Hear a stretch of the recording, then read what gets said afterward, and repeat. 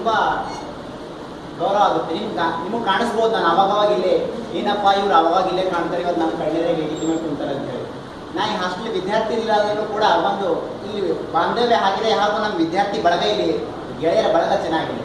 ಯಾಕಂದರೆ ಪ್ರತಿ ಸರಿ ಬಂದಾಗ ನನಗೆ ಹೊಸ ಮಾತು ಸಿಗುತ್ತೆ. ಯಾಕಂದ್ರೆ ನಾವು ಪ್ರತಿ ಸರಿ ಗೆಳೆಯರ ಕುಂತಾಗ ಅಂಬೇಡ್ಕರ್ ಬಗ್ಗೆನೇ ಮಾತಾಡ್ತೀವಿ, ನಾವು ಸಮಾಜದ ಬಗ್ಗೆನೇ ಮಾತಾಡ್ತೀವಿ. ಯಾಕಂದರೆ ಅಂಬೇಡ್ಕರ್ ಅವರು ಎಷ್ಟು ನೀಡಿದ್ದಾರೆ ಅಂದರೆ ಅದರಲ್ಲಿ ಸ್ವಲ್ಪನಾದರೂ ನಮ್ಮ ಕೈ ಸಾಧ್ಯ ಆದಷ್ಟು ನೀಡೋಣ ಅನ್ನೋಂಥ ವಿಚಾರದಿಂದ ನಾವು ಸೇರ್ತೀವಿ.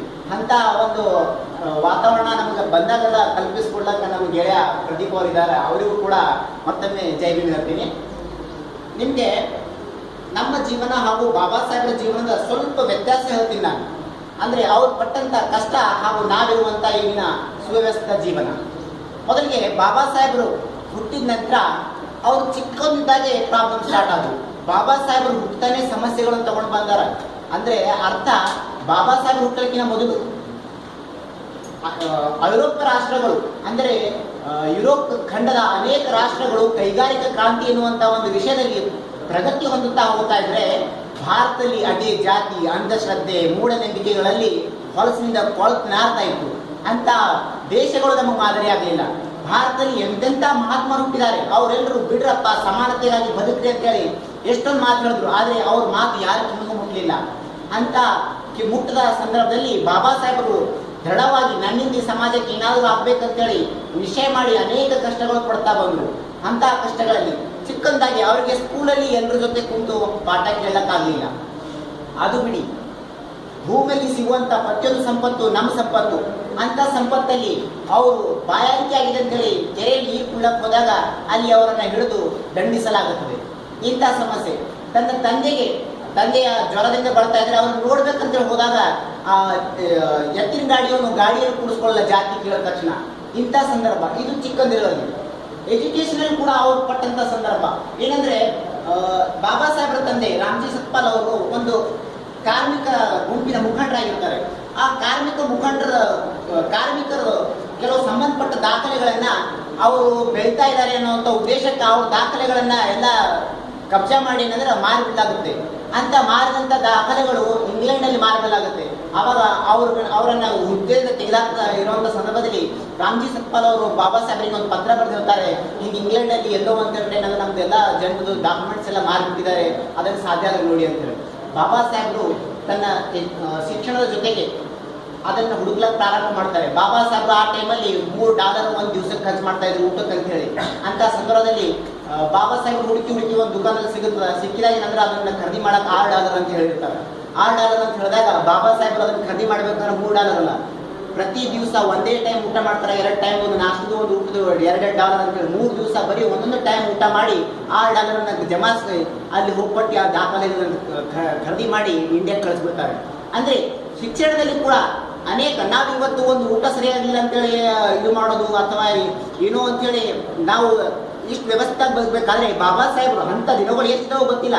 ಅಂದ್ರೆ ಉದಾಹರಣೆ ಹೇಳ್ಬೇಕಂದ್ರೆ 3 ದಿವಸ ಒಂದೇ ಟೈಮ್ ಉಂಡಿ ಮನುಷ್ಯ ಹೇಗಿರ್ತಾನ್ರಿ. ಒಂದು ದಿವಸ ನಾವು 1 ಟೈಮ್ ಉಂಡಿ ಸಾಯಂಕಾಲ ತನಕ ಉಳಿಲ್ಲ, ಮಧ್ಯಾಹ್ನ ಊಟ ಮಿಸ್ ಆದ್ರೆ ಎಷ್ಟೋ ಕಷ್ಟಪಡ್ತೀವಿ. ಅಂಥದ್ರಲ್ಲಿ 3 ದಿವಸ ಬರೀ ಒಂದೊಂದು ಟೈಮ್ ಉಂಡಿ ಇದು ಮಾಡಿದಂಥ ಬಾಬಾ ಸಾಹೇಬರು ಇದ್ದಾರೆ. ಅದ್ರ ಜೊತೆಗೆ ಇನ್ನೊಂದು ಮುಖ್ಯವಾಗಿ ಹೇಳ್ತೀನಿ ನಾನು ನಿಮಗೆ, ಬಾಬಾ ಸಾಹೇಬ್ ಬಗ್ಗೆ ನಾನು ಪ್ರತಿ ಸರಿ ಓದ್ದಾಗೆಲ್ಲ ನಿಂತಾರಲ್ಲ ಎದೆ 56 ಇಂಚ್ ಐತೆ ಅಂತೇಳಿ 56 ಇಂಚ್ ಅಂತೇಳಿ ಹಂಗಾಗ್ತದೆ ನನಗೆ. ಯಾಕೆ ಗೊತ್ತಾ, ಬಾಬಾ ಸಾಹೇಬ್ರದೊಂದು ಅದ್ಭುತ ಇದೆ. ಏನಂದ್ರೆ ಅವ್ರು ಲಂಡನಲ್ಲಿ ಓದ್ಬೇಕಾದ್ರೆ ಇವತ್ತಿಗೂ ಬಾಬಾ ಸಾಹೇಬರು ನಮ್ಮನ್ನು ಬಿಟ್ಟಿದ್ದು ಬಹಳಷ್ಟು ದಿವಸ ಆಗಿರ್ಬೇಕು, ಇವತ್ತಿಗೂ ಕೂಡ ಲಂಡನ್ನಲ್ಲಿ ಒಂದು ಲೈಬ್ರರಿ ಇದೆ. ಆ ಲೈಬ್ರರಿಯನ್ನು ತೆಗೆದು ನೋಡಿದಾಗ ಆ ಲೈಬ್ರರಿ ಅತಿ ಹೆಚ್ಚು ಪುಸ್ತಕವನ್ನು ತಗೊಂಡು ಓದಂತ ಒಬ್ಬ ಪ್ರಪಂಚದ ವ್ಯಕ್ತಿ ಅದು ಬಾಬಾ ಸಾಹೇಬರಾಗಿದ್ದಾರೆ. ಮತ್ತೆ ಕೊಲಂಬೋ ಅಂತ ಹೇಳಿ ಒಂದು ಯೂನಿವರ್ಸಿಟಿ ಇದೆ. ಆ ಯೂನಿವರ್ಸಿಟಿಯಲ್ಲಿ ಇವತ್ತಿಗೂ ಅಲ್ಲಿ ಅನೇಕ ಜನರು ಓದಿ ಮಹಾತ್ಮರಾಗಿದ್ದಾರೆ. ಆದ್ರೆ ಅಂತ ಮಹಾತ್ಮರಲ್ಲಿ ಒಬ್ಬರೇ ಒಂದು ಭಾವಚಿತ್ರ ಇದೆ ಕೊಲಂಬೋ ಯೂನಿವರ್ಸಿಟಿಯಲ್ಲಿ, ಅಂದ್ರೆ ಬಾಬಾ ಸಾಹೇಬ್ ಮಾತ್ರ ಇದೆ. ಬಾಬಾ ಸಾಹೇಬರು ಹೊರಗಡೆ ಹೋಗಿ ಸಂಪಾದಿಸ್ತಾರೆ. ಆದರೆ ಇಂಥ ಮಹಾತ್ಮರಿಗೆ ಕೂಡ ಭಾರತದಲ್ಲಿ ಬಂದಾಗ ಅನೇಕ ಕಷ್ಟಗಳು, ಅನೇಕ ಅಂತ ಸಂದರ್ಭದಲ್ಲಿ ಬಾಬಾ ಸಾಹೇಬರು ಹೋರಾಟ ಮಾಡಕ್ಕೆ ಸ್ಟಾರ್ಟ್ ಮಾಡಿದ್ರು. ಅಂತ ಹೋರಾಟ ಮಾಡಿದಂಥ ಸಂದರ್ಭದಲ್ಲಿ ಮುಖ್ಯವಾಗಿ ಬಾಬಾ ಸಾಹೇಬರು ಅನೇಕ ಕಷ್ಟಗಳು ಸೇರಿಸ್ಕೊಂಡ್ರು ಕೂಡ ಅವರಿಗೆ ಎಲ್ಲಿಪ್ಪ ಅಂದರೆ ತಮ್ಮ ಜನರ ಬಗ್ಗೆ ಹೋರಾಟ ಮಾಡಬೇಕು, ತಮ್ಮ ಜನರನ್ನ ಮೇಲೆತ್ತಬೇಕು ಅಂತ ಹೇಳಿ ನಡೆದಾಗ ಬಾಬಾ ಸಾಹೇಬರಿಗೆ ಮೂರು ಜನರು ಅತ್ಯದ್ಭುತವಾದ ಶಕ್ತಿಯನ್ನು ಕೊಟ್ಟಿದ್ದಾರೆ. ಅಂದ್ರೆ ನಾನು ಏನಾದರೂ ಮಾಡ್ಬೇಕಂತ ಹೇಳಿ ಅಂಥದ್ರಲ್ಲಿ ಮೊದಲಿಗೆ ಮಹಾತ್ಮ ಗೌತಮ್ ಬುದ್ಧ, ಆಮೇಲೆ ಸಂತ ಕಬೀರ, ಜ್ಯೋತಿಬಾ ಫುಲೆ, ಈ ಮೂರು ಜನರ ಆದರ್ಶಗಳನ್ನು ಇಟ್ಕೊಂಡು ಬಾಬಾ ಸಾಹೇಬರು ತನ್ನ ಜೀವನದಲ್ಲಿ ಅನೇಕ ಕಷ್ಟಗಳು, ತನ್ನ ಸಾಂಸಾರಿಕ ಕಷ್ಟ, ತನ್ನ ವೈಯಕ್ತಿಕ ಕಷ್ಟ ಎಲ್ಲವನ್ನು ಬಿಟ್ಟು ತ್ಯಾಗ ಮಾಡಿ ಜನರ ಕಷ್ಟಗಳೇ ತನ್ನ ಕಷ್ಟ ಅಂತೇಳಿ ತಿಳ್ಕೊಂಡು ಬದುಕಲಕ್ಕ ಪ್ರಾರಂಭ ಮಾಡಿದ್ರು. ಅನೇಕ ಸಂದರ್ಭದಲ್ಲಿ ನನಗೆ ಯಾರೋ ಭಾಳ ಕಡೆ ಹೇಳ್ತಾರೆ, ಬಾಬಾ ಸಾಹೇಬರು ಒಬ್ಬರೇ ನಾ ಸಂವಿಧಾನ ಬರೆದಿದ್ದು, ಅವ್ರನ್ನ ಮಾತ್ರ ಯಾಕೆ ಸಂವಿಧಾನ ಶಿಲ್ಪಿ ಅಂತೇಳಿ ಕರೀತೀರಾ ಅಂತ ಹೇಳಿ. ಅದನ್ನ ನೀವು ಎಲ್ಲರೂ ಇರುವಂತವ್ರು ಬೇರೆ ತಿಳಿಸಿ ಹೇಳಿ. ನಿಮಗೆ ಒಂದು ವಿಷಯ ಹೇಳ್ತೀನಿ, ಸಂವಿಧಾನ ಬರೆಯಕ್ಕಂತೇಳಿ 7 ಜನರದ ಒಂದು ಕರಡು ಸಮಿತಿ ಅಂತ ರಚಿಸಲಾಗಿತ್ತು. ಕರಡು ಸಮಿತಿಯಲ್ಲಿ ಇಬ್ರು ಆ ಸಮಿತಿ ಕಡೆ ಹಣದ್ದು ಕೂಡ ಹಾಕಲಿಲ್ಲ. ಅದರಲ್ಲಿ ಮತ್ತೆ ಇಬ್ರು ಏನಂದ್ರೆ ಅಕಾಲಿಕ ಮರಣ ಹೊಂತಾರೆ, ಇಬ್ರು ಏನಂದ್ರೆ ತನಗೆ ಜ್ವರ ಅಂತ ಹೇಳಿ ಅಂದ್ರೆ ರಜೆ ತಗೊಂಡ್ಬಿಡ್ತಾರೆ.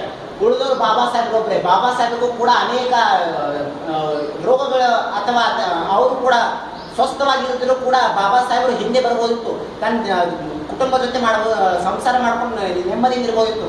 ಆದರೆ ಬಾಬಾ ಸಾಹೇಬ್ ನಾನು ಏನಾದ್ರೂ ಸಂವಿಧಾನ ಬರಲಿಲ್ಲ ಅಂದ್ರೆ ನನ್ನ ಜನರಿಗೆ ಉದ್ಧಾರ ಮಾಡಕ್ ಯಾರು ಈ ಮಹಾತ್ಮ ಈ ದೇಶದಲ್ಲಿ ಮತ್ತೆ ಹುಟ್ಟಲ್ಲ ಅಂತೇಳಿ ಬಾಬಾ ಸಾಹೇಬರಿಗೆ ಖಚಿತವಾಗುತ್ತಿತ್ತು. ಅದಕ್ಕೆ ತನ್ನ ಸಾಂಸಾರಿಕ ಸುಖವನ್ನು ಬಿಟ್ಟು, ತನ್ನ ಮಕ್ಕಳ ಸುಖವನ್ನು ಬಿಟ್ಟು ಬಾಬಾ ಸಾಹೇಬರು ಒಂದು ದಿವಸ ತನ್ನ ಮಗನನ್ನ ತನ್ನ ಮಡಿಲಲ್ಲಿ ಕೂಡಿಸ್ಕೊಂಡು ಪ್ರೀತಿಯಿಂದ ಒಂದು ತುತ್ತು ಊಡಿಸಿದಂತ ದಿನಗಳಿಲ್ಲ. ಅಂತ ದಿನಗಳಲ್ಲಿ ಆ ಮಗನ ಜೊತೆ ಬದುಕಬೇಕಾದ ಬಾಬಾ ಸಾಹೇಬರು, ಸಮಾಜಕ್ಕಾಗಿ ಬದುಕಂತ ಬಾಬಾ ಸಾಹೇಬರು ಸಂವಿಧಾನವನ್ನು ಬರೆಯಕ್ಕೆ ಪ್ರಾರಂಭ ಮಾಡಿದ್ರು. ಸಂವಿಧಾನವನ್ನು ಬರೆಯಕ್ಕೆ ಪ್ರಾರಂಭ ಮಾಡೋಕ್ಕಿಂತ ಮುಂಚೆ ಅನೇಕ ದೇಶಗಳ ಸಂವಿಧಾನವನ್ನು ಓದಿದ್ದಾರೆ. ಅಂತ ಸಂದರ್ಭದಲ್ಲಿ ಒಂದು ಚಿಕ್ಕ ಘಟನೆ ನೆನಪು ಬರುತ್ತೆ. ಒಂದ್ಸರಿ ಬಾಬಾ ಸಾಹೇಬರು ಕನ್ನಡಕ್ಕೆ ಕೆಟ್ಟೋಗಿರುತ್ತಂತ. ಕೆಟ್ಟೋದಾಗ ರಿಪೇರಿ ಮಾಡಕ್ಕಂತೇಳಿ ಕಳಿಸಿದಾಗ ರಿಪೇರಿ ಮಾಡಿ ಹೋಗ್ತಾನೆ. ಆ ಸಂದರ್ಭದಲ್ಲಿ ಬಾಬಾ ಸಾಹೇಬರಿಗೆ ಸರಿಯಾಗಿ ಕಣ್ಣು ಕೂಡ ಕಾಣಿಸ್ತಾ ಇರಲಿಲ್ಲ ಕನ್ನಡಕ್ಕೆ. ರಿಪೇರಿ ಮಾಡಿದಾಗ ಕೇಳಕ್ ಹೋದಾಗ ರಿಪೇರಿದವ್ನು ಹೇಳ್ತಾರೆ, ಇದು ರೆಡಿ ಆಗಕ್ಕೆ 1-2 ತಾಸು ಬೇಕ್ರಿ ಕನ್ನಡಕ್ಕೆ ರಿಪೇರಿ ಆಗ್ತಂತ. ಬಾಬಾ ಸಾಹೇಬರು ಆಶ್ಚರ್ಯ ಆಗ್ತಾರೆ, ನಾನು ನನ್ನ ಜನರ ಸಮಾಜಕ್ಕಾಗಿ ದುಡಿಬೇಕಂತ ಇದ್ದೀನಿ, ನನ್ನ ಜನರಿಗೆ ಹೋಗಿ ನಾನು ಏನಾದರೂ ಸಮರ್ಪಣೆ ಮಾಡ್ಬೇಕಂತ ಇದ್ದೀನಿ, ಈ 2 ತಾಸು ನನಗೆ ಸುಮ್ಮನೆ ಹೋಗ್ತಾವಲ್ಲ ಅಂತೇಳಿ ಬಾಬಾ ಸಾಹೇಬ್ರು ಅಳ್ಳಕ್ಕೆ ಸ್ಟಾರ್ಟ್ ಮಾಡ್ತಾರೆ. 2 ತಾಸು ಕನ್ನಡಕ್ಕೆ ರೆಡಿ ಆಗೋ ಸಂದರ್ಭದಲ್ಲಿ ಕೂಡ ನಾನು ಜನರಿಗೋಸ್ಕರ ಏನಾರ ಮಾಡ್ಬೇಕಂದ್ರೆ ಓದ್ಬೇಕು, ಆ ಸಂದರ್ಭಕ್ಕೆ ನಾನು ಜನರಿಗೆ ಹೇಗೆ ಸುಧಾರಣೆ ಮಾಡ್ಬೋದು ಅಂತೇಳಿ ಓದ್ಬೇಕಂತೇಳಿ ಬಾಬಾ ಸಾಹೇಬ್ರ ಒಂದು ಕಲ್ಪನೆ ಇರುತ್ತೆ. ಅಂತ ಕಲ್ಪನೆಯಲ್ಲಿ ಈ 2 ತಾಸು ನನ್ನ ಹಿಂಗೆ ಈಗಾಗ್ತಲ್ಲ ಅಂದಾಗ ಅವರ ಮನಸ್ಸನ್ನು ಅರ್ಥ ಮಾಡಿಕೊಂಡಂತ ಅವರೊಬ್ರು ಆಪ್ತ ಸೆಕ್ರೆಟರಿ ಇರ್ತಾರೆ, ನಾನ್ಯಾಕ್ ಚಂದ್ರತ್ತು ಅಂತೇಳಿ. ಅವ್ರು ಹೇಳ್ತಾರೆ, ಬಾಬಾ ಸಾಹೇಬ್ರೆ ಈ 2 ತಾಸು ನೀವು ಇಷ್ಟೊಂದು ಕಷ್ಟಪಟ್ಟು ನಾನು ನೋಡೋಕ್ಕಾಗಲ್ಲ, ಈ 2 ತಾಸು ಕೂಡ ನಿಮ್ಗೆ ನನ್ನ ಕೈಲಿ ಸಾಧ್ಯ ಆದಷ್ಟು ಒಂದು ಇದು ಮಾಡ್ತೀನಿ, ಸಹಾಯ ಮಾಡಕ್ಕಂತೇಳಿ ಆ 2 ತಾಸಲ್ಲಿ ಬಾಬಾ ಸಾಹೇಬ್ರು ಏನು ಓದಿರ್ಬೇಕಂತಾರಲ್ಲ ಅದನ್ನ ಅವ್ರ ಕೈಲಿ ಓದೋಕೆ ಹೇಳಿ ಅದನ್ನ 2 ತಾಸು ಅವ್ರು ಕೇಳಿ ಏನಂದ್ರೆ ಆ 2 ತಾಸು ಕೂಡ ಸದುಪಯೋಗ ಪಡಿಸ್ಕೋತಾರೆ. ಅಂದ್ರೆ ಇದರ ಅರ್ಥ ನಮ್ಮ ಜೀವನದಲ್ಲಿ 24 ತಾಸಿನಲ್ಲಿ ನಮ್ಮ ಹತ್ರ ಸ್ಕೆಡ್ಯೂಲೇ ಇಲ್ಲ, ಟೈಮ್ ಟೇಬಲೇ ಇಲ್ಲ, ಹೇಗೋ ಬೇಕಾಬಿಟ್ಟು ಕಳೆದು ಬಿಡ್ತೀವಿ. ಬಾಬಾ ಸಾಹೇಬರಿಗೆ 2 ತಾಸಿನ ಮಹತ್ವ ಗೊತ್ತಿತ್ತಂದ್ರೆ ನಮ್ಗೆ 24 ತಾಸಿನ ಮಹತ್ವ ಸುಮ್ಮನೆ ಬಿಡ್ತಾ ಇದ್ದೀವಿ ಅಂದ್ರೆ ಬಾಬಾ ಸಾಹೇಬ್ರ ಮುಂದೆ ನಾವೇನು ಇಲ್ಲ. ಬಾಬಾ ಸಾಹೇಬರು ನಮಗೆ ಇಲ್ಲಿ ಸ್ಫೂರ್ತಿ ಆಗ್ಬೇಕು.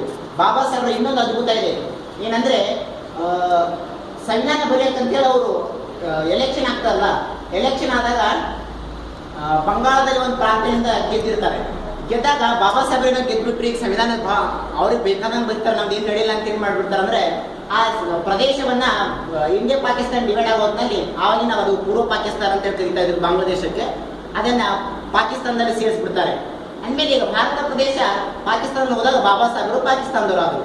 ಈ ಭಾರತ ಸಂವಿಧಾನ ಹೆಂಗ್ ಬರೀಬೇಕಪ್ಪ ಬಾಬಾ ಸಾಹೇಬರು? ಅದಕ್ಕೋಸ್ಕರ ಮತ್ತೆ ಮುಂಬೈಯಲ್ಲಿ ಬಂದು ಬಾಬಾ ಸಾಹೇಬರು ಎಲೆಕ್ಷನ್ ಇದ್ದಾಗ 1 ಅಲ್ಲ 2 ಅಲ್ಲ 3 ಸರಿ ಬಾಬಾ ಸಾಹೇಬ್ರನ್ನ ಸೋಲಿಸಲಾಗುತ್ತೆ. ನಮಗೆ ನಾಚಿಕೆ ಆಗ್ಬೇಕು. ಬರೀ ಗ್ರಾಮ ಪಂಚಾಯತ್ ಎಲೆಕ್ಷನ್ ಸೋತ್ರೆ ನಾವು 6 ತಿಂಗಳು ಊರಲ್ಲಿರಲ್ಲ, 1 ವರ್ಷ ಊರಲ್ಲಿರಲ್ಲ. ಅಂತದ್ರಲ್ಲಿ ಬಾಬಾ ಸಾಹೇಬ್ರು ನಮಗೋಸ್ಕರ ದುಡಿದಂತ ಬಾಬಾ ಸಾಹೇಬ್ರಿಗೆ ನಾವು 3 ಸರಿ ಸೋಲ್ಸಿವಲ್ಲ, ನಮ್ಗೆ ನಾಚಿಕೆ ಆಗ್ಬೇಕು. ಇಂಥ ಬಾಬಾ ಸಾಹೇಬರು ಅಷ್ಟಾದ್ರೂ ಬಿಡ್ಲಿಲ್ಲ. ನಾನು ಸೋತಿನಿ ಅಂತೇಳಿ ಹೀಗೆ ಉಳಿದ್ರೆ ನನ್ನ ಜನರು ಉದ್ಧಾರ ಆಗಲ್ಲ ಅಂತೇಳಿ ಇಂಗ್ಲೆಂಡ್ ರಾಣಿ ಹತ್ರ ತಾವೇ ಚರ್ಚೆ ಮಾಡಿಬಿಟ್ಟು ನನ್ನ ಜನರಿಗೆ ಅವ್ರಂತರು ಇವಾಗ ಸಂವಿಧಾನ ಆಗುತ್ತೆ, ಇನ್ನೊಂದು ಸ್ವಲ್ಪ ದಿವಸದಲ್ಲಿ ಸಂವಿಧಾನ ಬರ್ಕೋತಾರೆ, ನಿಮ್ಗೆ ಸ್ವತಂತ್ರ ಕೊಡ್ತಾ ಇದ್ದಾರೆ. ನಾನು ಅವರು ಬಾಬಾ ಸಾಹೇಬರು ಡೈರೆಕ್ಟ್ ಆಗಿ ಹೇಳ್ತಾರೆ ಇಂಗ್ಲೆಂಡ್ ರಾಣಿಗೆ, ನಾಚಿಕೆ ಆಗ್ಬೇಕು ನಿಮಗೆ, ನೀವು ಬರೋಕ್ಕಿಂತ ಮುಂಚೆ ನಮ್ಮ ದೇಶದಲ್ಲಿ ಏನಿತ್ತು ನೀವು ಬಿಟ್ಟು ಹೋದ್ಮೇಲೂ ಅದೇ ಇರುತ್ತೆ. ಏನು ಮಾಡಿದ್ರಿ ನಮ್ಮ ದೇಶಕ್ಕೆ? ನೀವು ಇಷ್ಟು ವರ್ಷ ಆಳ್ವಿಕೆ ಮಾಡಿ ನಾವು ನಿಮ್ಮ ದೇಶಕ್ಕೆ ಅದು ಕೊಟ್ಟು ಇದು ಕೊಟ್ಟು ನಿಮ್ಮ ದೇಶಕ್ಕೆ ಟ್ರೈನ್ ಹಾಕಿ ನಿಮ್ಮ ದೇಶಕ್ಕೆ ಸೌಲಭ್ಯ ಮಾಡಿ ಟೆಲಿಫೋನ್ ತಂದೀವೆಲ್ಲ ಹೇಳ್ತಿರಲ್ಲ, ಜನರಿಗೆ ಏನು ಮಾಡಿದ್ರ? ನೀವು ಹೋದ್ಮೇಲೂ ಕೂಡ ಅದೇ ಪರಿಸ್ಥಿತಿ ಇರುತ್ತೆ. ಅದಕ್ಕೆ ನಾನು ಏನು ಮಾಡ್ತಿರೋ ಗೊತ್ತಿಲ್ಲ, ನಾನು ಸಂವಿಧಾನ ಕಮಿಟಿಯಲ್ಲಿ ಇರ್ಬೇಕಂದಾಗ ಒಂದು ಇಂಗ್ಲೆಂಡ್ ರಾಣಿ ನೆಹರು ಟೆಲಿಗ್ರಾಮ್ ಹಾಕ್ತಾರೆ, ಏನಾದರೂ ಮಾಡಿ ಬಾಬಾ ಸಾಹೇಬ್ರ ಸಂವಿಧಾನ ರಚನಾ ಸಮಿತಿಯಲ್ಲಿ ಇರ್ಬೇಕಂತ ಹೇಳಿ. ಅವಾಗ ಬಾಬಾ ಸಾಹೇಬ್ರನ್ನ ಮುಂಬೈ ಪ್ರಾಂತ್ಯದಿಂದ ಅವಿರೋಧವಾಗಿ ಆಯ್ಕೆ ಮಾಡಲಾಗುತ್ತೆ. ಒಂದು ವೇಳೆ ಅಲ್ಲಿ ಮತ್ತೂ ಆರ್ಡರ್ ಆಗ್ತಿಲ್ಲ ಅಂದ್ರೆ ಮತ್ತೆ 4ನೇ ಸರಿ ಎಲೆಕ್ಷನ್ ಆದ್ರೂ ಕೂಡ ಬಾಬಾ ಸಾಹೇಬ್ರ ಅಪೋಸಿಟ್ ಕ್ಯಾಂಡಿಡೇಟ್ ಹಾಕಿ ಸೋಲಿಸ್ತಾ ಇದ್ರು. ಅಂದ್ರೆ ಅರ್ಥ ಬಾಬಾ ಸಾಹೇಬ್ರ ಗೆದ್ರೆ ನಮ್ಗೆ ಏನು ನಡಿಬಿಡಲ್ಲ ಅಂತ. ಹೇಗಾಗಿದೆ ಅಂದ್ರೆ ಅವ್ರು ಹುಟ್ಟಕ್ಕಿಂತ ಮುಂದೆ ಪರಿಸ್ಥಿತಿ ಹೇಗಿತ್ತಂದ್ರೆ ಒಂದು ಕೆಸರಿನ ಕುಂಪಿ, ಆ ಕೆಸರು ಹೆಂಗಂದ್ರೆ ನಾವು ಕಾಲು ಒಳಗೆ ಕೆಳಗೆ ಏಟಿರ್ತಾವ್ರು ಒಳಗೆ ಹೋಗ್ಬೇಕು, ನಾವು ಹೊರ ಬರೋಕ್ಕಾಗಲ್ಲ. ಒಂದು ವೇಳೆ ನಾವು ಹೊರಗೆ ಬಂದರೂ ಕೂಡ ಮೇಲ್ಗಡೆ ಕುಂತವರೆಲ್ಲ ಬ್ರಾಹ್ಮಣರಿದ್ರು, ನಾವೆಲ್ಲ ಹಿಂದುಳಿದವರು ಆ ಕೆಸರಲ್ಲಿ ಇದ್ದೀವಿ. ಒಂದು ವೇಳೆ ಮೇಲೆ ಬಂದರೂ ಕೂಡ ಏನಾಗ್ತದ್ರೆ ಮೇಲಿರೋ ಬ್ರಾಹ್ಮಣರೆಲ್ಲ ಸ್ವಚ್ಛರು ನಮ್ಮನ್ನು ಉಳಿಸ್ಕೊತಾ ಇರಲಿಲ್ಲ. ಮತ್ತೆ ಮೇಲ್ ಬಂದಂತ ವ್ಯಕ್ತಿ ಒಳಗಡೆ ಹೋಗ್ತಾ ಇರಲಿಲ್ಲ. ಅಂದ್ರೆ ಅದು ತಾವು ಮ್ಯಾಲ ಬಂದಾಗ ಒಬ್ಬಟ್ಟಿಗೆ ಆಗ್ತಾ ಇದೆ. ಒಬ್ಬಟ್ಟಿಗಾಗಿ ಸಮಾಜದ ಎಷ್ಟು ಸಮಸ್ಯೆ ಎದುರಿಸಬಹುದು.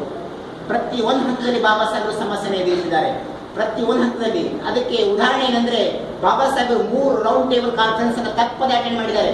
3 ರೌಂಡ್ ಟೇಬಲ್ ಕಾನ್ಫರೆನ್ಸ್ ಅನ್ನು ಅಟೆಂಡ್ ಮಾಡಿದಂಥವ್ರು ಬಾಬಾ ಸಾಹೇಬ್ರು ಒಬ್ಬರೇ. ಕಾರಣ ಇಷ್ಟೇ, ತನ್ನ ಜನರಿಗೆ ಎಲ್ಲ ರೀತಿಯ ಹಕ್ಕು ಸಿಗಬೇಕು ಅನ್ನುವಂಥದ್ದು. ಅಂತ ಕಾರಣಕ್ಕಾಗಿ 3 ರೌಂಡ್ ಟೇಬಲ್ ಕಾನ್ಫರೆನ್ಸ್ ಮಾಡಿ ನಮ್ಮ ಹಿಂದುಳಿದವರಿಗೆ 2 ಮತದಾನದ ಹಕ್ಕನ್ನು ಕೇಳ್ತಾರೆ. ಅವ್ರ ಹೃದಯದಲ್ಲಿ ಒಂದಿಷ್ಟು ತಪ್ಪಿಲ್ಲ ಅಂತೇಳಿ ಪೂರಾ ಇಂಗ್ಲೆಂಡ್ಗೆ ಅರಿವಾಗಿ ಅವ್ರು ಕೇಳಿದಂತ 2 ಓಟಿನ ಹಕ್ಕನ್ನು ಕೂಡ ಇಂಗ್ಲೆಂಡ್ನಿಂದ ಕೊಡಲಾಗುತ್ತೆ. ಆದ್ರೆ ದುರದೃಷ್ಟ ಏನು ನೋಡಿ, ನಾವು ಮಹಾತ್ಮರು ಅಂತೇಳಿ ಇವತ್ತು ಪ್ರತಿಯೊಂದು ಫಂಕ್ಷನ್ಗೂ ಧ್ವಜ ಹಾರಿಸ್ಬೇಕಾದ್ರೆ ಫೋಟೋ ಇಡ್ತೀವಲ್ಲ ಮಹಾತ್ಮ ಗಾಂಧಿದ್ದು. ನಾವು ಪ್ರತಿದಿನ ವ್ಯವಹಾರ ಮಾಡಬೇಕಾದ್ರೆ ರೋಟಿನಲ್ಲಿ ನೋಡ್ತೀವಲ್ಲ ಮಹಾತ್ಮ ಗಾಂಧಿದ್ದು. ಅವರಿಗೆ ಇದು ದೇಶವನ್ನು ಒಡೆಯುವಂತ ಕೆಲಸ ಆಗುತ್ತಂತೆ. ಇದಕ್ಕಿಂತ ಮುಂಚೆ ಮುಸ್ಲಿಮರಿಗೂ ಕೂಡ ಅನೇಕ ಮೀಸಲಾತಿ ಕೊಟ್ರೆ ಕೊಡಿ, ಆದ್ರೆ ಇವ್ರಿಗೆ ಕೊಟ್ರೆ ಏನಂದ್ರೆ ಧರ್ಮ ಹೊಡಿತ, ಹಿಂದೂ ಧರ್ಮ ಹೊಡಿತ ಅಂತೇಳಿ ಯರವಾಡ ಜೈಲಲ್ಲಿ ಕೂತ್ಬಿಟ್ಟು ಉಪವಾಸ ಸತ್ಯಾಗ್ರಹ, ಮರಣಾಂತ ಉಪವಾಸ ಸತ್ಯಾಗ್ರಹ ಮಾಡಕ್ ಪ್ರಾರಂಭ ಮಾಡಿದ್ರು. ನಿಮಗೊಂದು ಮಾತು ಹೇಳ್ತೀನಿ, ಬಾಬಾ ಸಾಹೇಬರಿಗೆ ಎದಿ ಮೇಲೆ ಚಾಕು ಇಟ್ಟಿದ್ದನ್ನು ವಾಪಸ್ ತಗೊಳ್ಳಿಲ್ಲ ಅಂದ್ರೆ ನಿಮಗೆ ಕೊಲ್ತೀವಿ ಅಂತ ಹೇಳಿದ್ರು ಕೂಡ ಬಾಬಾ ಸಾಹೇಬ್ರ ಹಿಂದೆ ತಗೊಳ್ತಾ ಇರಲಿಲ್ಲ ಆ ಮಾತನ್ನ. ಅಂದ್ರೆ 2 ಮತದಾನ ಹಾಕಿರೋ ಸಿಕ್ಕಿರೋನ್ನ, ಅಥವಾ ಬಾಬಾ ಸಾಹೇಬರ ಇಡೀ ಫ್ಯಾಮಿಲಿನ ನಿಂದಿಸಿ ಚಾಕುನಿಗೆ ಕೊಯ್ತೀವಿ ಅಂದ್ರೂ ಕೂಡ ತಗೋತಾ ಇರಲಿಲ್ಲ. ಆದ್ರೆ ಅದಿದ್ದು ದುರಂತ ಏನಂದ್ರೆ ಎಲ್ರಿಗೂ ಎದುರು ತಲೆ ತುಂಬಲಾಕಿನಂದ್ರೆ ಯಾರೋ ಒಬ್ಬ ಬಾಬಾ ಸಾಹೇಬ್ರ ಅಂತೇಳಿ ಮಹಾತ್ಮ ನಿಮ್ಮ ಇದ್ರಾಗ ಕುಳ್ದ ಹುಟ್ಟಿನಂತ ಗಾಂಧೀಜಿ ಏನಾದ್ರೆ ಎದುರು ಹಾಕೊಂಡು ಏನೋ ಇಂಡಿಯಾ ಕಾಳು ಮಾಡಕ್ ಇದು ಮಾಡತ್ತಾರ, ಅವ್ರೇನಾದ್ರು ಅದ್ರ ಕಡೆ ಹಂಗೆ ಮಾಡ್ಬೇಡ ಬಾಬಾ ಸಾಹೇಬ್ರಿಗೆ ಅಂತೇಳಿ ಅಂದ್ರೆ ಗಾಂಧೀಜಿ ಏನಾದ್ರೆ ಸತ್ಯಾಗ್ರಹ ಮಾಡ್ತಾರ. ಈ ಬಾಬಾ ಸಾಹೇಬ್ರು ಏನಾದ್ರೆ ಗಾಂಧೀಜಿ ಉಳಿಸ್ಕೊಂಡು ಹೋದ್ರು ನಾವು ನಿಮ್ಗೆ ಬಿಡಲ್ಲ ಅಂತೇಳಿ ಪ್ರತಿ ಒಂದು ದಲಿತರ ಮನೆ ಮೇಲೆ, ಪ್ರತಿ ಒಂದು ಹಿಂದುಳಿದವರ ಮನೆ ಮೇಲೆ ಲಾಠಿ ಪ್ರಹಾರ, ಕಲ್ಲು ತೂರಾಟ, ಪ್ರತಿ ಒಂದು ಕಡೆಗೆ ಎಷ್ಟು ಹಿಂಸೆ ಕೊಡಲಾಗುತ್ತೆ ಅಂದ್ರೆ ಬಾಬಾ ಸಾಹೇಬರಿಗೆ ದುಃಖ ತಾಳಕ್ಕಾಗಲ್ಲ. ನನಗೆ ಎಷ್ಟು ಕಷ್ಟ ಕೊಟ್ಟರು ನಾನು ಸಹಿಸ್ಕೊಳ್ತೀನಿ, ಈ ಜನರು ನನ್ನ ಪ್ರಾಣ ಕೇಳಿ ಬೇಕಾದ್ರೂ ಕೊಡ್ತೀನಿ, ಆದ್ರೆ ನನ್ನ ಜನರಿಗೆ ಈ ರೀತಿ ಚಿತ್ರ ಹಿಂಸೆ ಕೊಡ್ತಾ ಇದ್ದಾರಲ್ಲ ಅಂತೇಳಿ ಅತಿ ದುಃಖಿತರಾಗಿ ಬಾಬಾ ಸಾಹೇಬರು ಯರವಾಡ ಜೈಲಿಗೆ ಹೋಗ್ತಾರೆ. ಯರವಾಡ ಜೈಲಿಗೆ ಹೋಗ್ಬಿಟ್ಟು ಆ 2 ಮತದಾನದ ಹಕ್ಕನ್ನ ವಾಪಸ್ ತಗೊಳ್ಳಕ್ಕೆ ಗಾಂಧೀಜಿ ಹತ್ರ ಒಪ್ಪಂದ ಮಾಡ್ಕೊತಾರೆ. ಅದನ್ನ ನಾವು ಪೂನಾ ಒಪ್ಪಂದ ಅಂತೇಳಿ ಕರಿತೀವಿ. ಈ ಒಪ್ಪಂದ ಮಾಡ್ಕೊಂಡು ಹೊರಗೆ ಬಂದಾಗ ಬಾಬಾ ಸಾಹೇಬ್ರಿಗೆ ಪತ್ರಕರ್ತರು ಕೇಳಿದಾಗ ಒಂದು ಮಾತು ಹೇಳ್ತಾರೆ, ಇಲ್ಲಿ ನಾನು ಪ್ರತಿಯೊಂದು ಹಂತದಲ್ಲಿ ಕೂಡ ಯಾವುದೇ ಕಷ್ಟಕ್ಕೂ ಸೋಲವನು ಇವತ್ತು ನನ್ನ ಮಹಾತ್ಮ ಗಾಂಧೀಜಿಯವರು ಸೋಲಿಸ್ಬಿಟ್ರು ಅಂತ ಹೇಳಿ ಬಾಬಾ ಸಾಹೇಬರು ಅತಿ ದುಃಖಿತರಾಗಿರ್ತಾರೆ. ಇದನ್ನ ಇಲ್ಲಿ ನಾವು ತಿಳ್ಕೊಬೇಕಿಷ್ಟೇ, ನಮ್ಮ ಹಿಂದೂ ಧರ್ಮ ಒಗ್ಗಟ್ಟು ಮಾಡೋ ಉದ್ದೇಶ ಇರಲಿಲ್ಲ ಮಹಾತ್ಮ ಗಾಂಧೀಜಿಯವರಿಗೆ. ಅವರಿಗೆ ಹಿಂದುಳಿದವ್ರು ಹಿಂದೆ ಇರಬೇಕು, ಅಧಿಕಾರ ಯಾವಾಗಲೂ ನಮ್ಮ ಕೈಯಲ್ಲಿ ಇರಬೇಕು ಅನ್ನೋ ಉದ್ದೇಶ. ಅದಕ್ಕೆ ಏನ್ ಮಾಡ್ತಾ ಇದ್ರು ಅಂದ್ರೆ ನಾವು ಯಾವಾಗಲೂ ಅನುಕರಣೆ ಮಾಡ್ತೀವಿ. ಅನುಕರಣೆ ಹೇಗಪ್ಪ ಅಂದ್ರೆ ಬೇರೆ ಹೆಂಗ್ ಬದುಕ್ತಾರೆ ಹಂಗೆ ಬದುಕ್ಬೇಕಂತೇಳಿ. ಅದಕ್ಕೆ ಏನಂದ್ರೆ ಈ ಬಡ ಜನರು ಮ್ಯಾಲ ಬರ್ಲಾಕ ಹೋಗೇಬಾರ್ದು ಅಂತೇಳಿ ಗಾಂಧೀಜಿ ಏನ್ ಮಾಡಿದ್ರೆ ಜನರಿಗೆ ಬಟ್ಟೆ ಸಿಗ್ತಲ್ಲ, ನಾನು ಬಟ್ಟೆ ಬಿಡ್ತೀನಿ ಅಂದ್ರೆ ಅರ್ಥ ಅಂತ ಮಹಾತ್ಮ ನಮಗೆ ಬಟ್ಟೆ ಸಿಗೋಣ ಅವ್ರು ಬಟ್ಟೆ ಬಿಟ್ರು ಅಂದ್ರೆ ನಾವು ಹೆಂಗ್ ಬದುಕು ನೆನಪು ಅಂತೇಳಿ. ಅದು ಸುಳ್ಳು. ಯಾವಾಗಲೂ ಇನ್ಸ್ಪಿರೇಷನ್ ಹೆಂಗ್ ಇರ್ತಾರೆ ಬಾಬಾ ಸಾಹೇಬ್ ಇರ್ತಾರೆ. ಬಾಬಾ ಸಾಹೇಬ್ ಸೂಟ್ ಕೋಟ್ ಹಾಕಿ ಹೇಳ್ತಾ ಇದ್ರು, ನಾ ಯಾಕೆ ಹೇಳಿದ್ರು ಬಡವ್ರ ಬಗ್ಗೆ ಮಾತಾಡೋರು ಎಷ್ಟು ಜನ ಶಿಸ್ತು ಸೂಟ್ ಕೋಟ್ ಹಾಕಿರ್ತಾರಲ್ಲ ಯಾಕೆ ಅಂತೇಳಿ. ಕಾರಣ ಇಷ್ಟೇ, ನನ್ನ ಜನರು ನನ್ನ ನೋಡಿ ಕಲಿಬೇಕು. ನಿಮ್ಮ ಥರ ನೀವು ಬಟ್ಟೆ ಬಿಟ್ಟರೆ ಅಂತೇಳಿ ಇನ್ನೂ ಬಟ್ಟೆ ಬಿಟ್ಟು ಏಸ್ ದಿನ ಬದುಕ್ತಾರೆ, ನಂತರ ಸೂಟ್ ಬೂಟ್ ಹಾಕಿ ಬದುಕುವಂಥ ಜನರು ನನ್ನದಾಗಬೇಕಂತೇಳಿ ಬಾಬಾ ಸಾಹೇಬರು ತನ್ನ ಉಡುಗೆಯಲ್ಲಿ ಅತಿ ಶಿಸ್ತನ್ನಂತ ತೋರ್ಪಡಿಸುವಂಥ ಮಹಾತ್ಮರಾಗಿದ್ದಾರೆ. ಎಲ್ಲಕ್ಕಿಂತ ಮುಖ್ಯವಾಗಿ ನನಗೆ ಇನ್ನೊಂದು ಅದ್ಭುತ ಅನಿಸೋದು, ಸ್ವತಂತ್ರ ಸಿಕ್ಕಿದಾಗ ಪ್ರತಿಯೊಬ್ಬ ಮಹಾತ್ಮರ ಮನೆಗೆ ಪತ್ರಕರ್ತರು ಹೋಗ್ತಾರೆ. ಪ್ರತಿಯೊಬ್ಬ ದೇಶದಲ್ಲಿ ಹೋರಾಟ ಮಾಡಿದ್ದೀವಿ ಅಂತೇಳಿ ಸ್ವತಂತ್ರ ಹೋರಾಟಗಾರರು ಅಂತ ಏನಂತಾರಲ್ಲ, ಗಾಂಧೀಜಿ, ನೆಹರು, ಸರ್ದಾರ್ ವಲ್ಲಭಾಯ್ ಪಟೇಲ್ ಎಲ್ಲರೂ ಮನೆಗೆ ಏನಂದ್ರೆ ಪತ್ರಕರ್ತರು ಹೋಗ್ತಾರೆ.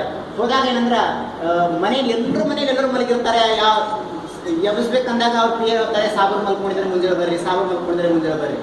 ಆದ್ರೆ ಅದೇ ಪತ್ರಕರ್ತರು ಬಾಬಾ ಸಾಹೇಬ್ ಮನೆಗೆ ಹೋದಾಗ ಬಾಬಾ ಸಾಹೇಬ್ ಇನ್ನೂ ಎಚ್ಚರಾಗಿರ್ತಾರೆ. ಆವಾಗ ಪತ್ರಕರ್ತರ ಆಶ್ರಯದಿಂದ ಕೇಳ್ತಾರೆ, ನಿಮ್ಮ ದೇಶದಲ್ಲಿ ಮಹಾತ್ಮರು ಅನ್ಸ್ಕೊಂಡಂತ ಸ್ವತಂತ್ರಕ್ಕಾಗಿ ಹೋರಾಟ ಮಾಡಿದೇವೆ ಅಂತೇಳಿ ಹೆಸರು ಪಡುವಂತ ಅನೇಕ ಮಹಾತ್ಮರು ಮನೆಗೆಲ್ಲ ಎಂಟ್ರಿ ಮಾಡಕ್ ಬಾಬಾ ಸಾಹೇಬ್ರೆ, ಆದ್ರೆ ಅವರೆಲ್ಲ ಮಲಗಿದ್ರು ಮುಂಜಾನೆ ಅಂತೇಳಿ. ಇವಾಗ ನಾವು ಯಾಕಂದ್ರೆ ನಮ್ಮ ದೇಶಕ್ಕೆ ಹಂಗ ಸಿಕ್ಕಿದ 12 ಗಂಟೆಗೆ ಪತ್ರಕರ್ತರ ನೈಟ್ ಟೈಮ್ಗೆ ಮನೆಗೆ ಹೋಗಕ್ಕೆ ಸ್ಟಾರ್ಟ್ ಮಾಡಿದ್ರಲ್ಲ, ನೀವು ನೋಡಿದ್ರೆ ಇವಾಗ ನಾನು ಮನೆಗೆ ಬರೋ ಎರಡು ಬರಿ ಮ್ಯಾಲಾಗಿದೆ, ಇನ್ನೂ ಎಚ್ಚರಿಕೆ ಇದ್ರಲ್ಲ ಅಂತ ಹೇಳಿ. ಅವಾಗ ಬಾಬಾ ಸಾಹೇಬ್ ಒಂದೇ ಮಾತಾಡ್ತಾರೆ, ಯಾರು ಸ್ವತಂತ್ರ ಬಂದರೂ ಕೂಡ ನಿದ್ದೆ ಮಾಡ್ತಾರಲ್ಲ ಅವ್ರ ಜನರೆಲ್ಲ ಆಲ್ರೆಡಿ ಎಚ್ಚರವಾಗಿದ್ದಾರೆ, ನನ್ನ ಜನರು ಇನ್ನೂ ಮಲಗಿದ್ದಾರೆ, ಅವರ ನೆನೆಸೋಕ್ಕೋಸ್ಕರ ನಾನು ಎಚ್ಚರವಾಗಿದ್ದೀನಿ ಅಂತ ಹೇಳಿ ಅಂತ ಬಾಬಾ ಸಾಹೇಬ್ರ ಹತ್ರ ಇದ್ದೀವಿ. ಅಂತ ಬಾಬಾ ಸಾಹೇಬ್ರ ಅನೇಕ ಜೀವನದ ಕಷ್ಟಗಳು, ಅನೇಕ ಜೀವನದ ವ್ಯಥೆಗಳು ನಮ್ಮ ಮುಂದೆ ಹೇಗೆ ಬರ್ಬೇಕಂದ್ರೆ ಕನ್ನಡಿ ಥರ ಬರಬೇಕು. ಬಾಬಾ ಸಾಹೇಬ್ರ ಹೆಜ್ಜೆ ನಮಗೆ ಇನ್ಸ್ಪಿರೇಷನ್ ಆಗಬೇಕು. ಸಮಯಕ್ಕೆ ಬಂದಾಗ, ಶೋಷಣೆ ಅಂತ ಬಂದಾಗ, ಈ ಎಲ್ಲ ಹಂತದಲ್ಲಿ ಬಾಬಾ ಸಾಹೇಬ್ರ ನಮಗೆ ಇನ್ಸ್ಪಿರೇಷನ್ ಆಗಬೇಕು. ನಂಗೆ ಇಷ್ಟೆಲ್ಲ ಮಾಡಿದಂಥ ಬಾಬಾ ಸಾಹೇಬರು ಕೊನೆಗೆ ತುಂಬ ದುಃಖ ಆಗೋದು. ಇದನ್ನು ಮಾತು ಹೇಳ್ಬಿಟ್ಟು ನಾನು ನನ್ನ ಮಾತುಗಳನ್ನು ಮುಗಿಸ್ತೀನಿ. ತುಂಬ ದುಃಖ ಆಗೋದು. ಬಾಬಾ ಸಾಹೇಬ್ರು ಇಷ್ಟೆಲ್ಲ ಮಾಡಿದಂಥ ಬಾಬಾ ಸಾಹೇಬರು ಯಾವಾಗ ಪ್ರತಿಫಲ ಬಯಸದೇನೆ ಯಾರು ಏನು ಮಾಡಲ್ಲ. ಅಂದರೆ ನಾವು ಯಾರಿಗಾರು ಹೆಲ್ಪ್ ಮಾಡ್ತೀವಿ ನಾವು ನಂಗೆ ಮಾಡ್ತಾರೆ ಅಂತ ಹೇಳಿ. ಬಾಬಾ ಸಾಹೇಬ್ರು ಒಂದೇ ಉದ್ದೇಶ, ಬಾಬಾ ಸಾಹೇಬ್ರು ಪ್ರತಿಫಲ ಯಾವ ರೀತಿ ಬಯಸಿದ್ರೆ, ನಾ ಇಷ್ಟೆಲ್ಲ ಮಾಡಿದ ಮೇಲೆ ನನ್ನ ಸಮಾಜ, ನನ್ನ ಹಿಂದುಳಿದಂಥ ಇನ್ನೂ ಬೇರೆ ಜನರಿಗೆ ನನ್ನ ಥರನೇ ಸೇವೆ ಮಾಡ್ಬೋದು ಅನ್ನೋಂಥ ಒಂದು ಉದ್ದೇಶ ಇರುತ್ತಲ್ಲ, ಅದೇ ಅವರ ಪ್ರತಿಫಲ ಇತ್ತು. ಅಂದರೆ ಅವ್ರು ಅಂದ್ಕೊಂಡಿದ್ರು, ನಾನು ಹೋರಾಟ ಮಾಡಿ ರಿಸರ್ವೇಷನ್ ತಂದಿದ್ದೀನಿ, ಆ ರಿಸರ್ವೇಷನ್ ಉಂಡು ಲೀಡರ್ ಆಗಿ ಗೆಲ್ತಾರೆ, MP MLA ಆಗ್ತಾರೆ, ಕಾನೂನು ಮಾಡಕ್ಕೆ ಹೋಗ್ತಾರೆ. ರಿಸರ್ವೇಷನ್ ಉಂಡು ಸರ್ಕಾರಿ ನೌಕರ ಆಗ್ತಾರೆ. ರಿಸರ್ವೇಷನ್ ಇಂದ ವಿದ್ಯಾರ್ಥಿಗಳು ಅಚ್ಚುಕಟ್ಟಾಗಿ ಎಜುಕೇಶನ್ ಪಡಿತಾರೆ. ರಿಸರ್ವೇಷನ್ ಇಂದ ಗೆದ್ದಂತ ಲೀಡರ್ಗಳು ನನ್ನ ಹಿಂದುಳಿದ ಜನರಿಗೆ ಮೇಲೆತ್ತುವಂತ ಕೆಲಸ ಮಾಡ್ತಾರೆ ಅನ್ಕೊಂಡಿದ್ರು. ಆದರೆ ಆಗಲಿಲ್ಲ. ಇವತ್ತಿಗೂ ಕೂಡ ಅಧಿಕಾರಕ್ಕಾಗಿ ರಿಸರ್ವೇಷನ್ ಅಲ್ಲಿ ಗೆದ್ದಂತ ಪಾರ್ಟಿ ವ್ಯಕ್ತಿ ಕೂಡ ಅಧಿಕಾರಕ್ಕಾಗಿ ಬೇರೆ ಮೇಲ್ವರ್ಗದ ಹೇಳಿದ ಮಾತನ್ನ ಕೇಳ್ತಾನೆ. ಅರ್ಥ ನೀವು ಇಲ್ಲೇ ತಿಳ್ಕೊಳ್ಳಿ, ರಿಸರ್ವೇಷನ್ ಕ್ಯಾಂಡಿಡೇಟ್ ಗೆದ್ದಂತ ವ್ಯಕ್ತಿ ಅವನು ನಾನು ಮಾತು ಕೇಳೋದಪ್ಪ ಹೊರಗಡೆ ನನ್ನ ಕೆಲಸ ಮಾಡ್ತೀನಿ ಅಂದಾಗ ಅವನನ್ನ ಪಾರ್ಟಿ ಸಸ್ಪೆಂಡ್ ಮಾಡ್ತಿರ್ಬೋದು, ಮಾಡಲಿ, ಮತ್ತೆ ಅವನು ಇಂಡಿಪೆಂಡೆಂಟ್ ಇರ್ಬೋದಲ್ಲ. ಬೇರೆ ಪಾರ್ಟಿ, ಎಲ್ಲ ಪಾರ್ಟಿದಲ್ಲಿ ಜನರು ನಾವು ಇದೇ ರೀತಿ ಅರ್ಥ ಮಾಡ್ಕೊಂಡ್ರೆ, ಅಂದ್ರೆ ಬಾಬಾ ಸಾಹೇಬ್ ಕೆಲಸಕ್ಕಾಗಿ ನಾನು ಇದು ಮಾಡ್ತೀನಿ, ರಿಸರ್ವೇಷನ್ ವ್ಯಕ್ತಿ ಇರ್ಬೇಕಲ್ಲ, ಬೇರೆ ಗೆದ್ದೇ ಬರೋ ಪಾರ್ಟಿಗೆ ಮಾತ್ರ ಸಸ್ಪೆಂಡ್ ನೋಡ್ಬೋದು, ಆದರೆ ರಿಸರ್ವೇಷನ್ ಕಸ್ಕೊಳಕ್ ಬರಲ್ಲ. ಅಂದ್ರೆ ಗೆದ್ದಂತ ಎಲ್ಲಾ ವ್ಯಕ್ತಿಗಳು ಬಾಬಾ ಸಾಹೇಬ್ ಕೆಲಸವನ್ನು ಮುಂದುವರ್ಸ್ಕೊಂಡು ಹೋಗ್ತೀವಿ ಅಂತ ಅನ್ಕೋತಾರ ಅಂದ್ರೆ ಬಾಬಾ ಸಾಹೇಬ್ ತಿಳ್ಕೊಂಡಿದ್ರು. ಆದ್ರೆ ಮಾಡಲೇ ಇಲ್ಲ. ಬೇರೆ ಚಮಚಗಳಾಗಿ ನಾವು ಉಳಿದ್ವಿ. ಎಲ್ಲಕ್ಕಿಂತ ಹೆಚ್ಚಾಗಿ ಸರ್ಕಾರಿ ನೌಕರರು ತಾವು ಆರ್ಥಿಕವಾಗಿ ಸದೃಢವಾದ್ಮೇಲೆ, ತನ್ನ ಕುಟುಂಬ ಶಕ್ತಿಯುತ ಆದ್ಮೇಲೆ ಬೇರೆಯವರಿಗೆ ಹೆಲ್ಪ್ ಮಾಡ್ತಾರೆ ಅನ್ಕೊಂಡಿದ್ರು. ಆದ್ರೆ ಅದನ್ನೂ ಮಾಡಲಿಲ್ಲ. ಆವಾಗ ಎಲ್ಲಕ್ಕಿಂತ ಭರವಸೆ ಹೆಚ್ಚೆಲ್ಲಿರ್ತಂದ್ರೆ, ವಿದ್ಯಾರ್ಥಿಗಳು ಸಂವಿಧಾನವನ್ನು ಓದ್ತಾರೆ, ನನ್ನ ಬಗ್ಗೆ ಓದ್ತಾರೆ, ಓದಿ ನನ್ನನ್ನು ಅರ್ಥ ಮಾಡಿಕೊಂಡು ನನ್ನ ಜನರಿಗೆ ಸೇವೆ ಮಾಡ್ತಾರೆ ಅನ್ಕೊಂಡಿದ್ರು. ಆದರೆ ವಿದ್ಯಾರ್ಥಿಗಳು ನಾವು ಮಾಡಲೇ ಇಲ್ಲ. ಇಂದಿಗೂ ಕೂಡ ಬಾಬಾ ಸಾಹೇಬ್ ನಾವು ಸರಿಯಾಗಿ ಅರ್ಥ ಮಾಡ್ಕೊಂಡಿಲ್ಲ. ಅಂದರೆ ಎಂಥ ದುಷ್ಟ. ಅದಕ್ಕೆ ಬಾಬಾ ಸಾಹೇಬ್ ಮನೆ ಒಂದು ಮಾತಾಡಿದ್ರು, ನನ್ನ ಜೀವನದ ಉದ್ದಕ್ಕೂ ಅನೇಕ ಕಷ್ಟ ಕಾರ್ಪಣ್ಯಗಳು, ದುಃಖ ದುಮ್ಮಾನಗಳನ್ನು ಸಹಿಸಿಕೊಂಡು ನಾನು ತಂದಿರುವಂಥ ಈ ವಿಮೋಚನ ರಥವನ್ನು ಸಾಧ್ಯವಾದರೆ ಮುಂದಕ್ಕೆ ಎಳೆದುಕೊಂಡು ಹೋಗಿ, ಇಲ್ಲವಾದರೆ ಅಲ್ಲೇ ಬಿಟ್ಟು ಬಿಡಿ, ಹಿಂದೆ ಮಾತ್ರ ತಳ್ಳಬೇಡಿ ಅಂತ. ಇಲ್ಲಿ ನಾವು ಅರ್ಥ ಮಾಡ್ಕೋಬೇಕು, ಬಾಬಾ ಸಾಹೇಬ್ರಿಗೆ ಮಾತು ಯಾಕೆ ಹೇಳಿದ್ರು, ನಮ್ಮ ಭರವಸೆ ಇರಲಿಲ್ಲ ಅವರಿಗೆ. ನಾವು ರಥವನ್ನ ಸ್ವಲ್ಪನಾದ್ರೂ ಬಾಬಾ ಸಾಹೇಬರು ಎಷ್ಟೋ ಕಿಲೋಮೀಟರ್ ನಡೆಸಿದ್ದಾರೆ ಅಂದ್ರೆ ನಾವು ಸ್ವಲ್ಪನಾದ್ರೂ ನಡೆಸ್ತೀವಿ ಅನ್ನುವಂಥ ನಂಬಿಕೆ ಬಾಬಾ ಸಾಹೇಬ್ರಿಗೆ ಇರಲಿಲ್ಲ. ಯಾಕಂದ್ರೆ ನಾವು ಬಾಬಾ ಸಾಹೇಬ್ರಿಗೆ ಇಂದಿಗೂ ಕೂಡ ಬೆಂಬಲ ಸೂಚಿಸಲೇ ಇಲ್ಲ. ಅಂತ ಸಂದರ್ಭದಲ್ಲೂ ಕೂಡ ಬಾಬಾ ಸಾಹೇಬ್ರು ನಮ್ಮ ಹತ್ರ ಸದೃಢವಾಗಿದ್ರು. ಬಾಬಾ ಸಾಹೇಬರು ನಾನು ಸಂವಿಧಾನ ಬಂದ ತಕ್ಷಣ ಬಡವರೆಲ್ಲ ಚೆನ್ನಾಗಿ ಬಟ್ಟೆ ಹಾಕೊಂಡು ಒಳ್ಳೆ ಬಿಲ್ಡಿಂಗಲ್ಲಿ ಇರ್ತೀನಿ ಅಂತ ಅನ್ಕೊಂಡಿದ್ರು. ಆದರೆ ಬಾಬಾ ಸಾಹೇಬರು ಕೊನೆ ದಿನಗಳಲ್ಲಿ ಸಂವಿಧಾನ ಬರೆದ ಮೇಲೆ ರೋಡಿ ಮೇಲೆ ಬಂದಾಗ ಯಾರು ಜನ ಹೇಗಿದ್ರು ಅದೇ ಜನ ಹಂಗೆ ಇದ್ರು. ಬಾಬಾ ಸಾಹೇಬ್ ಅನಿಸ್ತು ನಾನು ಈ ಸಂವಿಧಾನ ಹೋರಾಟ ಮಾಡಿದ್ದು ಪೂರ್ಣ ವ್ಯರ್ಥ ಆಯಿತು ಅಂದಾಗ, ಆವಾಗ ಅಷ್ಟು ಹೊತ್ತಿಗಾಗಲೇ ಬಾಬಾ ಸಾಹೇಬರು ಹಗಲು ರಾತ್ರಿ ನಿದ್ದೆ ಕೊಂಡು ಸಂವಿಧಾನ ಬರೆದಿದ್ದು ಕಡಿದು ಬಾಬಾ ಸಾಹೇಬಿಗೆ ಅನೇಕ ರೋಗ ರುಜಿನಗಳು ಬಂದಿದ್ವು. ಶುಗರ್ ಆಗಿತ್ತು, ಅಪಶಂಕೆ ಆಗಿತ್ತು, ಏನೇನೋ ರೋಗಗಳು ಬಂದಿದ್ವು. ಅಂತ ಸಂದರ್ಭದಲ್ಲಿ ಬದುಕಕ್ಕೆ ಸಾಧ್ಯ ಇಲ್ಲದಾಗ ತನ್ನ ಆಪ್ತರಿಗೆ ಹೇಳ್ತಾರೆ ನಾನಚಂದ್ರತ್ತವರಿಗೆ, ನಾನು ಇಲ್ಲಿವರೆಗೂ ಮಾಡಿದ್ದು ಇನ್ನೇನು ಇಲ್ಲ ರಘು, ನಾನು ಹೇಗಾದ್ರೂ ಮಾಡಿ ಇನ್ನೂ ಒಂದು 5 ವರ್ಷ ಬದುಸ್ಕೊಂಡು ಈ ದೇಶದ ಚಿತ್ರಣವನ್ನೇ ಬದಲಾಯಿಸ್ತೀನಿ ನಾನು ಅಂತೇಳಿ. ಆದರೆ ದುರದೃಷ್ಟ ಬಾಬಾ ಸಾಹೇಬರಿಗೆ ಆ ಸಂದರ್ಭಕ್ಕೆ ಅನೇಕ ರೋಗಗಳು ಅಂಟಿದ್ರಿಂದ ಬಾಬಾ ಸಾಹೇಬರನ್ನ ನಾವು ಉಳಿಸ್ಕೊಳ್ಳೋಕ್ಕಾಗಲಿಲ್ಲ. ಆದರೂ ಕೂಡ ಬಾಬಾ ಸಾಹೇಬರು ಇಂದಿಗೂ ಕೂಡ ಉಳಿದಿದ್ದಾರೆ. ಬಾಬಾ ಸಾಹೇಬರು ಇಂದಿಗೂ ಕೂಡ ನಮ್ಮ ಪ್ರತಿಯೊಬ್ಬ ಕೆಲಸದಲ್ಲಿದ್ದಾರೆ. ಬಾಬಾ ಸಾಹೇಬರ ಆಶೀರ್ವಾದದಿಂದ ನಾವು ಇಲ್ಲಿ ಸುವ್ಯವಸ್ಥಿತವಾಗಿದ್ದೀವಿ.